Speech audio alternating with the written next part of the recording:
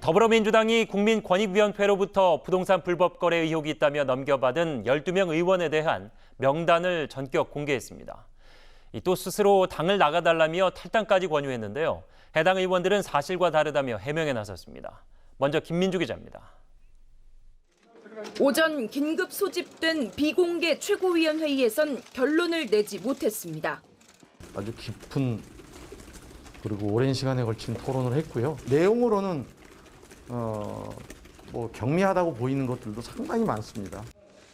하지만 이번만큼은 언행일치하겠다며 명단을 공개하고 탈당을 권유했습니다.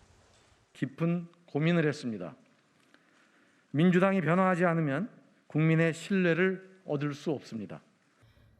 김주영, 김혜재, 문진석, 윤미향 의원은 부동산 명의신탁 의혹, 김한정, 서영석, 임종성 의원은 업무상 비밀 이용 의혹, 양이원영, 오영훈, 윤재갑, 김수흥, 우상호 의원은 농지법 위반 의혹입니다.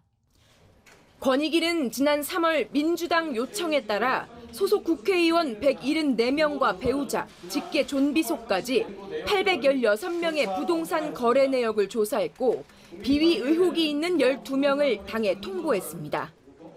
해당 의원들은 줄지어 해명에 나섰는데 일부는 결백하다며 반발했습니다.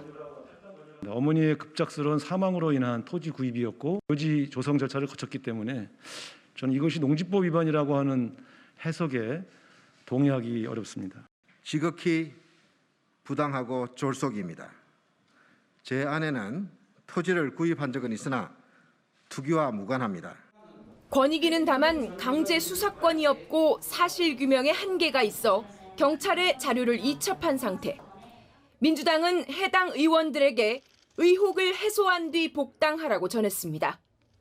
OBS 뉴스 김민주입니다. 12명 의원의 탈당을 권유한 더불어민주당이 이번엔 국민의힘을 겨냥해 소속 의원들의 부동산 전수조사를 받으라고 촉구했습니다. 국민의힘도 이에 전수조사를 받겠다며 맞받아쳤지만 현행법상 국회의원 조사가 어려운 감사원 조사를 거론하고 나서 상당히 머쓱한 상황이 됐습니다. 이어서 정철호 기자입니다. 송영길 대표는 밤잠을 못 이룬 걸로 전해집니다. 부동산 투기 의혹이 제기된 의원만 12명, 출당 조치까지 언급한 만큼 고심이 컸습니다.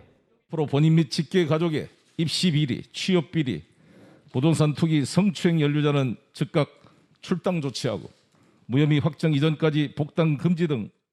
결국 전원 탈당을 권유한 지도부, 국민 신뢰를 얻기 위해서라고 다잡았습니다. 포문을 야당으로 돌려 부동산 전수조사도 촉구했습니다. 제사를 깎는 심정으로 저희는 결단했고 그 조사 결과를 받아들이게 됐습니다. 이제는 야당 차례입니다. 국민의힘은 의원 전수조사로 받아쳤습니다.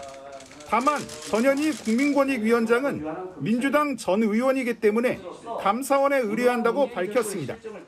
국민의힘은 권력으로부터 독립된 기관인 감사원에 조사를 의뢰해 공정성을 담보받겠습니다. 하지만 감사원법상 국회 공무원은 감찰 대상이 아니어서 시간 끌기라는 비판까지 나옵니다. 국민의힘은 권력에서 독립된 기관의 조사를 받겠다는 의지라며 새 당대표 선출 이후 조사 의뢰 시점을 결정하겠다고 밝혔습니다.